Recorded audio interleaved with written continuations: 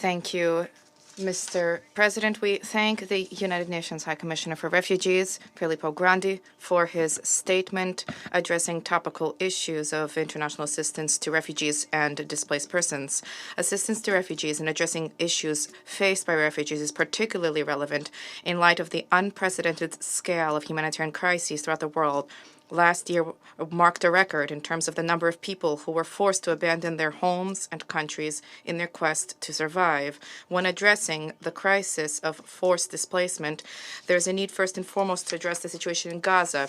The indiscriminate bombardment of Gaza has already compelled more than 1 million Gazans to flee their homes in order to save their lives. Even where destitute people find refuge and safe haven, they are threatened with mortal danger.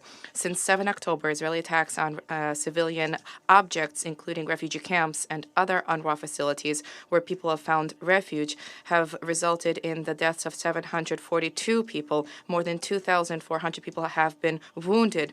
Those who selflessly deliver assistance to Palestinian refugees are also dying as a result. Since the start of Israel's military operation, more than 290 UNRWA staff have been killed. The magnitude of the humanitarian disaster is growing. With each passing day, Israeli authorities continue to impede the entry of humanitarian assistance. For nearly 60 days, there has been a block on entry into Gaza of food and medicines, which has resulted in depleted supplies. The humanitarian organization has sounded the alarm about imminent hunger, first and foremost among children.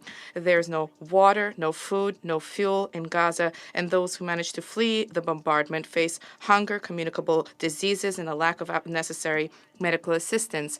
UNRWA, UNHCR's partner organization, continues to deliver assistance to Palestinian refugees, and they continue to be subject to unprecedented political pressure and threats, including threats of reduced financing, which is so necessary now. We understand that Palestinian refugees are not directly within the mandate of UNHCR. However, we hope the UN High Commissioner, as a senior UN official, will continue to monitor the situation and call upon Israel to comply with its international obligations.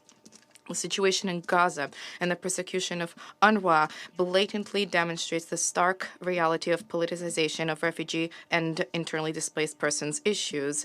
This is particularly evident in the financing of humanitarian programs for assisting refugees. Western countries who have provoked the lion's share of conflict throughout the world, and these conflicts that have triggered the flight of refugees, these Western countries are very reluctant to finance UNHCR programs to assist refugees from Syria, Afghanistan, Sudan, and many other conflict-riven countries. Western countries are zealously enforcing a practice of enforced expulsions of refugee seekers residing on their soil.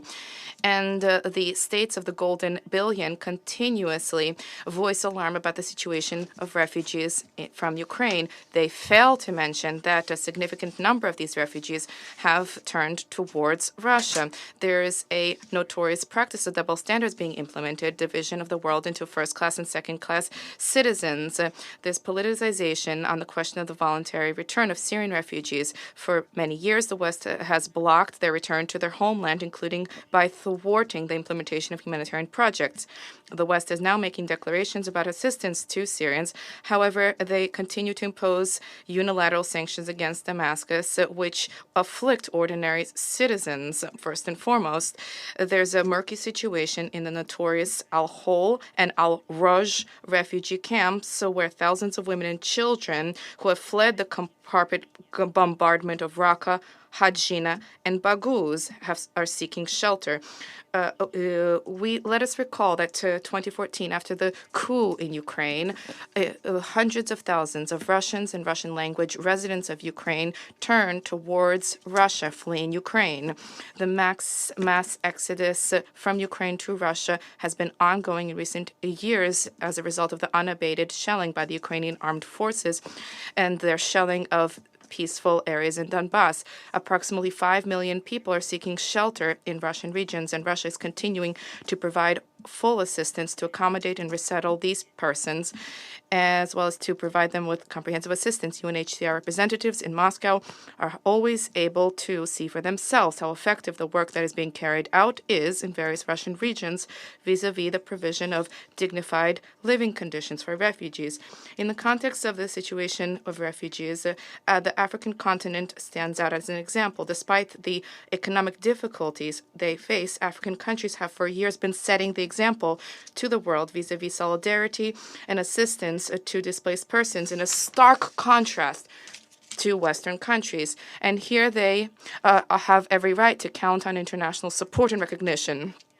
The burden of refugee outflows is borne by all neighboring states, including Egypt, CAR, Chad, Ethiopia, South Sudan. Together, these countries have already accommodated more than 2 million Sudanese. The number of internally displaced persons in the country is reaching 11 million people. This is a situation which makes it necessary to systematically step up assistance to the Sudanese government to address the whole gamut of humanitarian problems they face. Let us stress that cooperation can be established with the central authorities of the country, who bear the full responsibility to normalize the situation in the area of security and to address the myriad issues related to refugees and IDPs. I wish once again to draw attention to the plight of refugees in the Mediterranean. Year after year, the Mediterranean continues to be a mass grave for many of those who each year attempt to reach Europe. Appalling tragic deaths continue to occur on a regular basis. At the same time, when it comes to attempts to deliver assistance or response, this is something we have not seen from Western European countries. Instead of delivering assistance to victims, they are thrown out to areas outside of their jurisdiction, condemning people to certain death. And they continue to interfere in the activity of humanitarian NGOs who attempt to deliver assistance to refugees. The situation is intolerable in terms of international law, as well as in terms of pure humanity. People are dying, but nobody's being held accountable for this. Naturally, without delivery for refugees rescued at sea, with the provision of safe ports for them to disembark on shore, in accordance with international norms, the situation will not change. We call upon the UNHCR to continue to call upon the EU to comply with international obligations, to demonstrate accountability, and to combat impunity. To conclude, we wish to support Mr. Grandi's call about the need to continue to finance humanitarian efforts despite the financial difficulties. For our part, the Russian Federation wishes to note that, as financial constraints notwithstanding, last week Russia managed to allocate $2 million to support the activities of UNHCR. Thank you for your time. Subscribe to One India and never miss an update.